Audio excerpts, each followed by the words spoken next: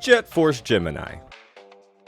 Since it's the holiday season and Jet Force Gemini was one of the first games I ever got for Christmas, I thought I'd make a video on it. In this video, I'll be discussing a little bit about the classic third-person shooter, including its gameplay, story, characters, and more. So if you're a fan of Jet Force Gemini, or just want to learn more about this underrated gen, then keep on watching.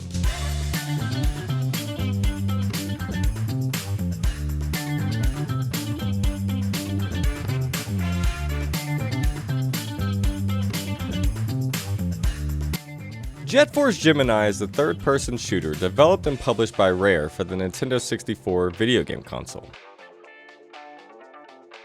It was developed in 1999 with one of its lead engineers being Paul Mountain, who had previously worked on Diddy Kong Racing. First off, let's talk about the setting of Jet Force Gemini.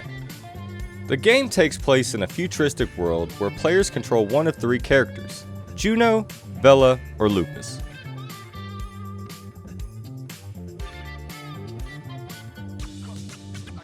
These characters are members of the Jet Force, a team of space marines tasked with defending the galaxy from the evil Mizar and his army of insect-like drones.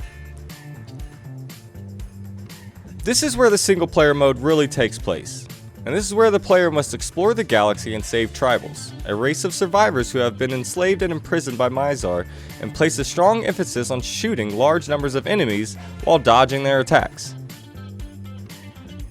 As players progress through the game, they'll journey to a variety of different planets and locations, each with their own unique environments and challenges. There are 15 non-linear worlds. Each world is composed of a series of stages with areas interconnected by different types of doors. Along the way, players will encounter a wide variety of enemies, ranging from small drones to giant boss creatures. In addition to the main campaign, Jet Force Gemini also features a variety of multiplayer modes, including Deathmatch, Capture the Flag, and Last Man Standing. Now let's take a closer look at the gameplay of Jet Force Gemini. At its core, Jet Force Gemini is a third-person shooter, with players using various weapons and abilities to take down enemies and progress through the levels. However, what really sets Jet Force Gemini apart from other games in the genre is its focus on exploration and puzzle solving. Like I said, there are 15 non-linear worlds, so there's a lot of exploring to do. Each level in Jet Force Gemini is filled with hidden collectibles, secret areas, and environmental puzzles that require players to use their characters' abilities and weapons in creative ways.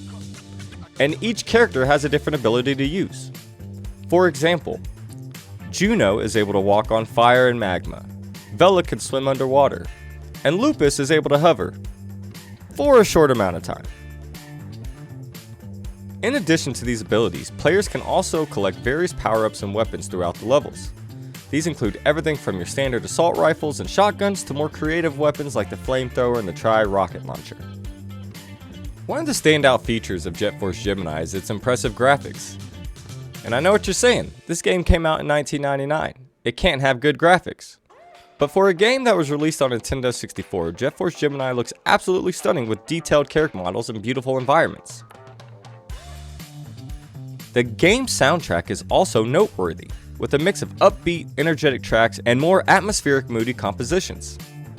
And who can forget the music at the starting screen? So that's a brief overview of Jet Force Gemini. As you can see, it's a game that truly has something for everyone. Whether you're a fan of action-packed shooting, exploration, or puzzle solving, it has it. If you haven't had the chance to play Jet Force Gemini yet, I highly recommend you giving it a try. It's a classic N64 title that remains one of my favorites to this day, and a testament to Rare's expertise in game development.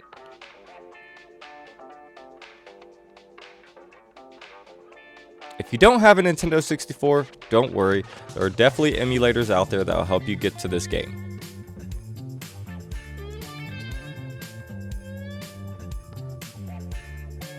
Well, happy holidays, and I hope you enjoyed this video on Jet Force Gemini. If you did, please give it a thumbs up and consider subscribing to my channel for more content like this.